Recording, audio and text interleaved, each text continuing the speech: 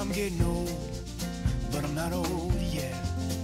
I'm already worried that I might forget how to laugh, how to love, how to live, how to learn. I wanna die with a smile when it comes my turn. Back in the 60s, Sing-Along Jubilee was a fixture on CBC television and as part of the Canadian lexicon. Gene Maclellan was on that show and later went on to become internationally famous as the writer of Snowbird and Put Your Hand in the Hand. In this episode of Grave Concerns, we're going to go and learn a lot more about Gene Maclellan. I'm already worried that I might forget how to laugh, how to love, how to live, how to love. See the people where it comes just to pay their respect to a false sense of hope of the time that they had left. Oh, hi, Brent. Hey, kid. How you doing, buddy? Good. I can't hear you. Good, man. Well, I was trying to hear you, you know. Yeah. How you doing? Not too bad. I would love to spend a bit of time talking about Gene Maclellan with you. That's Sure, all right. man. No problem at all. Yeah, Love to. Sing-Along Jubilee and all that. Oh yeah, it goes way back. Let's go in the next room and do it. Okay. Here from the islands, from Bobcation, Ontario, and from parts unknown is Gene Maclellan, right here.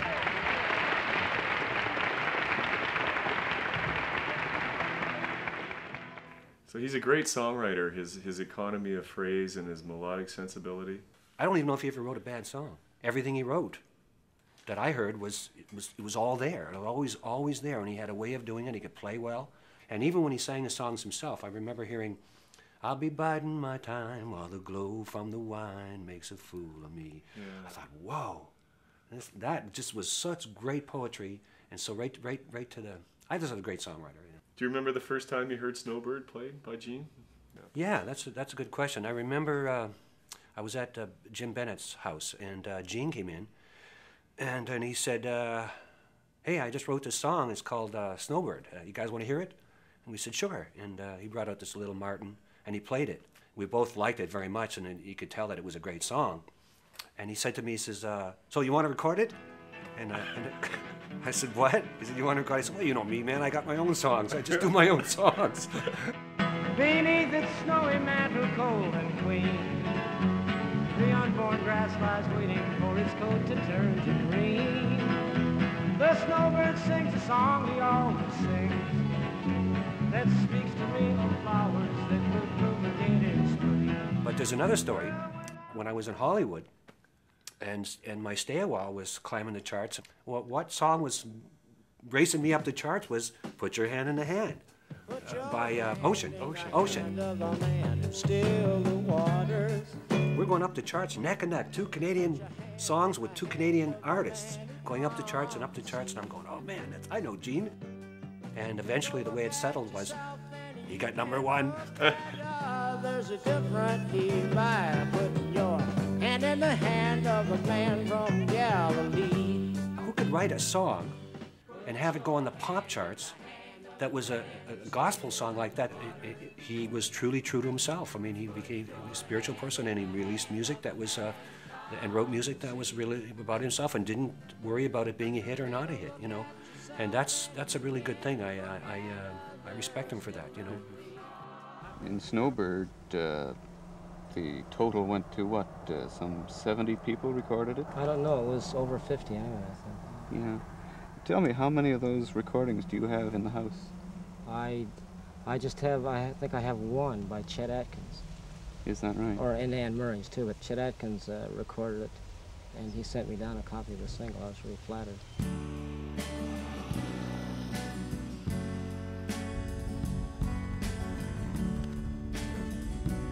Quite a sight. When you think of a performer in a captive audience, it normally doesn't conjure up a vision like this. For Gene Maclellan, though, it became far more important to reach the prisoners behind these walls than it was to play at sold-out shows at Massey Hall. Gene was an intensely spiritual man who was compelled to use his music for God, helping the hopeless and lost try to regain their lives. I never found contentment until I fell at the shepherd's feet. And now I'm singing in that. Prisons are a disturbing place to spend time, even as a volunteer. The feeling standing outside the walls is palpable, and it made me curious about Gene's work. I headed to Fredericton to meet Monty Lewis, former inmate who did prison outreach with Gene, and he continues to work with inmates and their families today. Hey, hello. Monty. Yeah. Brent Mason. How you doing? I'm doing great. How Great. you doing? Good to see you. This is Bridges, eh? This is Victory Center, yeah, Bridges of Canada. Gorgeous building. It's lovely. It's awesome. Yeah. Gene was instrumental in helping me start this ministry 30 years ago in Napanee, Ontario. And I want to thank you guys for giving us the opportunity to come into the yard here today. And then Gene, at the height of Gene's career, joined me, and he said he believed God sent him to help me do what I was doing with these young people. Hand in the hand of the man from Galilee. And so for over 12 years, Gene and I off and on traveled together all over different parts of Canada. Can you talk a bit about maybe an example of somebody who Gene specifically might have affected and been involved with? Yeah. Oh yeah, I could talk about many, but one really in particular would be Harold Shea.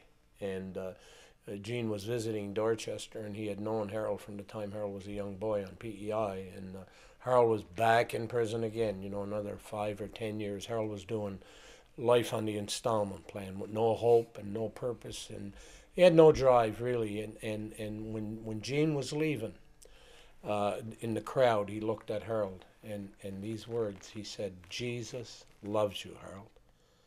And of course had to leave because the time was up, and Harold Shea went back to his cell. He couldn't get those words out of his mind. The love of God that was manifest through Gene Maclellan, and looking Harold in the eyes and telling him that Jesus loved him, completely turned Harold's life around, changed his life. He became a walking miracle and adopted a little boy, named him after Gene, and just became a wonderful father, a wonderful husband, and a bonus to the nation of Canada, you know, from Gene's visit to prison. And that's just one of many. Every time I look into the holy book, I want to tremble. This whole place here, the treatment center, everything, and the ministry we do all over the world is a testimony to a man of the caliber and quality and the heart and compassion of Gene Maclellan. He was part of that, a big part of it. He's still part of it. Now we're off to meet Ron Hines. Ron is the man of 1,000 songs, including the often covered classic Sonny's Dream. Gene Maclellan was one of this legend's heroes. Gene was arguably probably the most successful, financially successful songwriter to ever come out of maritime Canada. And I mean, even Elvis covered Snowbird, for God's sake. And there was, we flirted with this idea of a co-write at a certain point, that we would try and get together and co-write a song. And I was in St. John's, and I got a call that night to say that it looks like you're never going to be able to write with Gene Maclellan now. Sometime later, I was at a meeting of the Songwriters Association of Canada, and I wanted to say something about him. Of course, when I stood up, my heart just sank with it, and I blanked on everything that I wanted to say. And I said, you know, I'd really like to say something about Gene Maclellan. So, Godspeed was the only thing that fell out, and that was it. And I sat down and I wrote the word down, just on the slip of paper. And the meeting went on, and I kind of blanked from the meeting. And Godspeed naturally went to God bless, and that naturally went to goddamn. And I excused myself from the meeting, and I went upstairs, picked the guitar up, and sat down on the bottom of the bed and just sang the song. And a little part of me afterwards thought, you know, I think he was there with me. I think he was kind of sitting on my shoulder, and that was our co-write.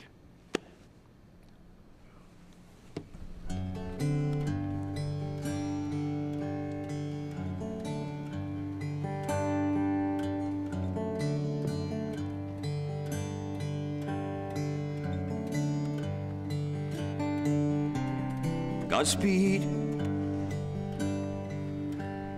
Godspeed, and forgive a sweet soul a desperate deed. His was a prison and he was freed. Godspeed.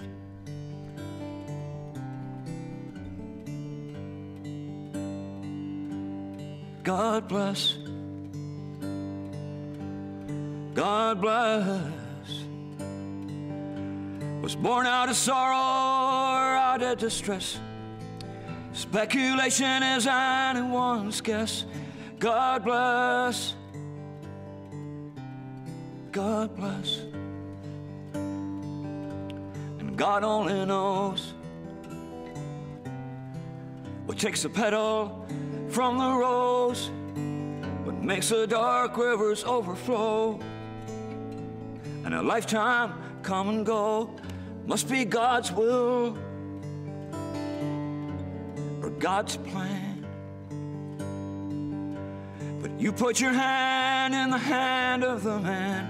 You must have believed he would understand and forgive a sweet soul a desperate deed. Godspeed, Godspeed. Oh, God only knows what takes the petal from the rose, what makes the dark rivers overflow, what makes a lifetime come and go. But goddamn, goddamn, you put your hand in the hand of the man. You must have believed he would understand and forgive a sweet soul a desperate deed. Godspeed, Godspeed, Godspeed.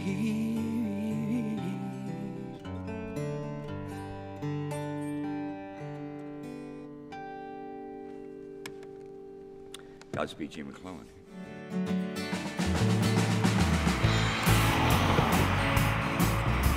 Well, the spotlight became a little too bright for Gene. He eventually ended up good and far from it in PEI, where he'd summered as a kid. Toronto's a far cry from a Tuesday night in North Rustico, and Gene was right at home trying out new tunes at this speakeasy. Listen close. You can still hear him. Come on in, bud. How are you? How you doing, Brent Mason? Oh, gosh, pleased to meet you. We're waiting for you here, bud. I hear this is the spot to come on a Tuesday night in Rustico, North Rustico. It's the only spot to come in North Rustico on Tuesday night. I'll tell you, man, we got some wicked music going on in here. And actually, we got some good music at Gene Maclellan's in here. Grab your guitar, come on in. I'll show you, and you can witness it. That sounds great to me. Thanks. Oh, playing pretty good.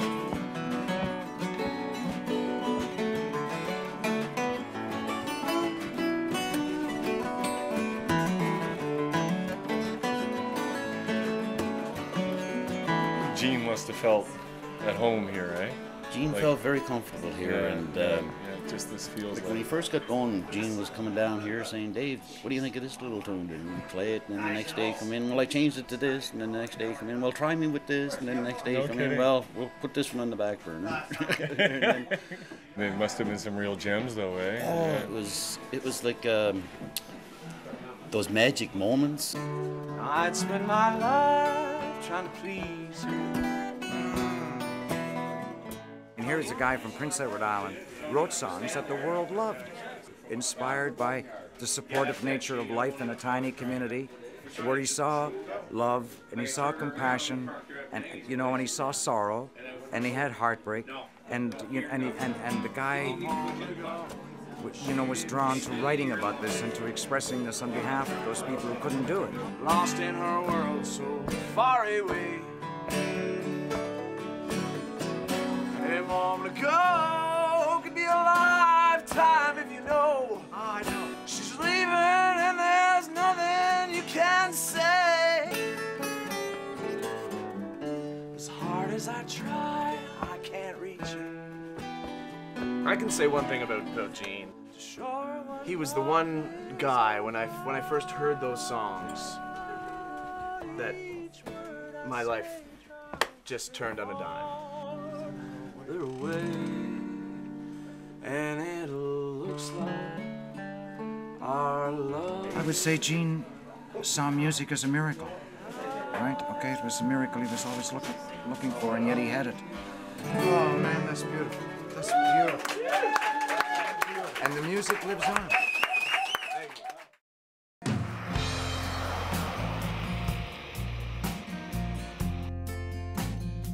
Gene had huge artistic success, and he got a lot of purpose and joy from helping people in the prisons get back to it. But nothing made him happier than being at home, raising a family and writing his songs.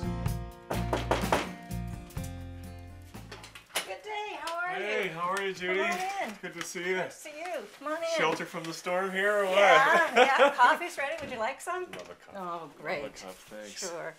Okay, coffee. In 1971, I was dating another musician, and he introduced me to Gene. Classic story. Classic story. He's biding his time. Gene was basically backing down and away from all the spotlight when we got together. It wasn't him. It never was him. He just wanted to stay home and write. There's a good photo there. That's a good photo of Gene, yeah. And he did. He wrote all night long. I'd wake up in the middle of the night, and he'd be downstairs writing something new, working something out. There was always music in the house. We just lived a very quiet life. What mattered was the kids and writing. To you, who was Gene Maclellan? It's a really tough question. Gene Maclellan, to me, was a very simple, talented man who loved his family, his God, and who cared about what was happening in the world around him, immediately around him. He was special. Yeah. It was just very special. We miss him. What's it feel like to see Catherine on the stage? I just went, wow. It was overwhelming for me that she would have the same kind of presence that her dad did. Soon we'll hear those church bells ring. We'll ask all our friends to sing. Gene always knew that one of his daughters was going to be a singer. We exchange those rings. She sings, she writes, I'm a proud mama. To a brand new world we'll be entering. Hey, how are you doing? Good, how are you? Good, nice to see you. Good to see you too. Nice spot. What was it like growing up having your dad around working on music and writing songs? Do you have any memories of that? I remember late nights sitting around the kitchen table just writing or singing, or in the afternoons just sitting on the couch writing or editing songs or working on various things, and that just seemed like a normal thing to do, and it is for me too, which is pretty lucky. Do you remember when you decided to become a musician? I guess I started writing when I was probably 14. It was right around just after my dad passed away. I kind of locked myself in my bedroom and just played guitar for a few years. That's what it seemed like anyway. And that's, I guess at that point is when I really started expressing myself through songs, because I always found it a little hard to communicate how I was feeling, and especially talking about something as big as losing my dad. My dad had the best sense of humor. That's probably one of the things I remember most. He was, I think in the public he was pretty quiet, but my dad and I used to go for drives to Charlottetown or wherever, and we just talk the whole way and have ideas about different things and brainstorm, and he'd always be really open to the things that I was excited about, and he was just, a lovely dad. All those books that you left with me now lay scattered amongst these rooms, and marked with pen are the passages then that you felt spoke the truth.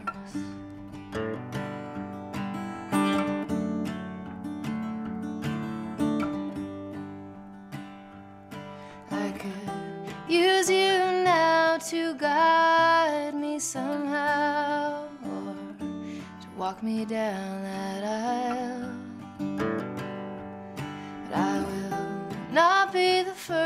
you will miss giving birth. This was your 7th grandchild. It's been a long time. It's been a long time. This is Mount Albion's cemetery, and we're at the final resting place of Gene Maclellan.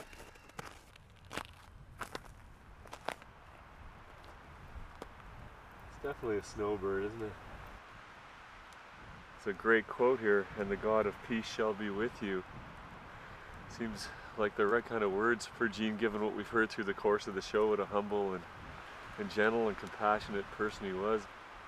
It's a very unpretentious gravestone here beneath the snowy mantle, I guess.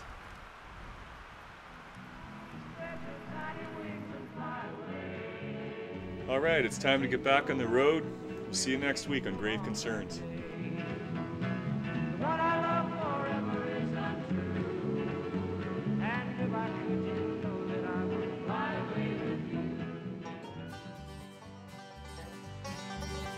At the funeral parlor on a Monday night, a crowd had gathered to see the sight of a man in a casket made of satin and lace, with rouge on his cheeks and sleep on his face. The funeral director had done a good job. The brass was polished on every doorknob. Candles and the mirrors that hung around